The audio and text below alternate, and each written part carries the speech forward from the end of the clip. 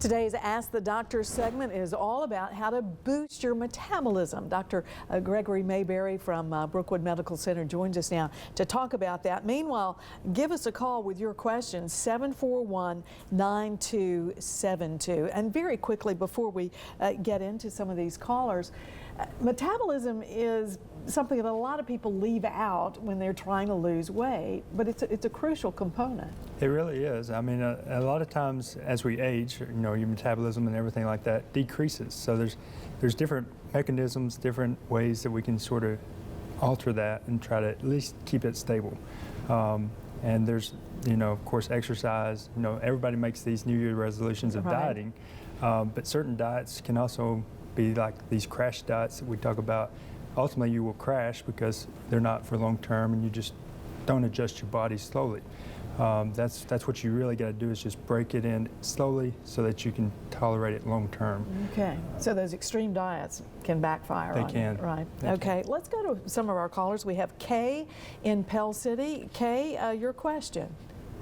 Yes, if you are kind of hyperactive and you kind of eat all the time, does it have a tendency of breaking down your weight or then having a high tolerance of all that?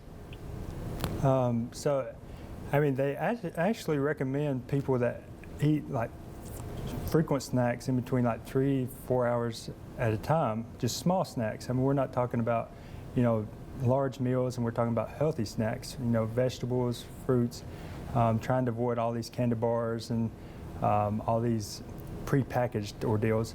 But usually the more frequent meals that you eat, as long as they're small, healthy meals, you're actually helping your metabolism stay ramped up. And then even those people that just eat like 3 big meals actually do not have the high enough metabolism to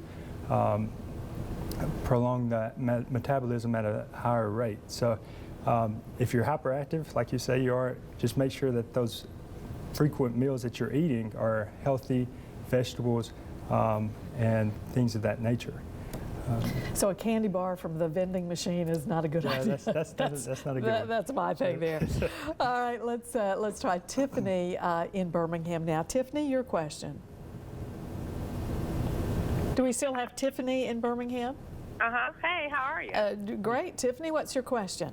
Okay, I'm a sitter, so I just really started. And what's the best thing I need to do instead of eating all the time?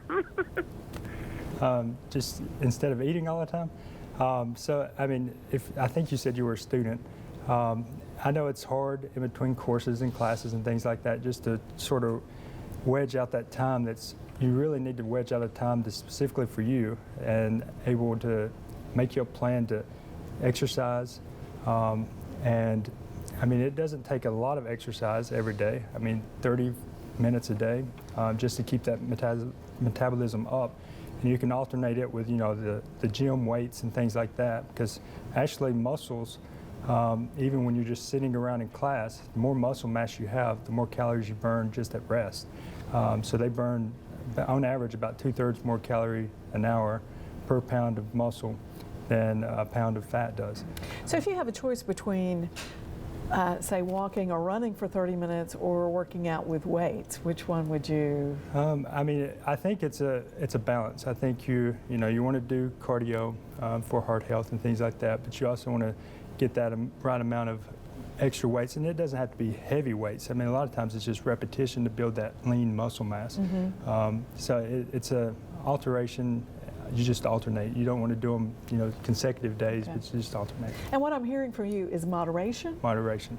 No matter what kind of diet plan you're on, or exercise plan. It is. But keep that metabolism up. That's exactly right. All right. Exactly. Gregory, thanks for being with us. We sure appreciate it. We'll be back in just a moment.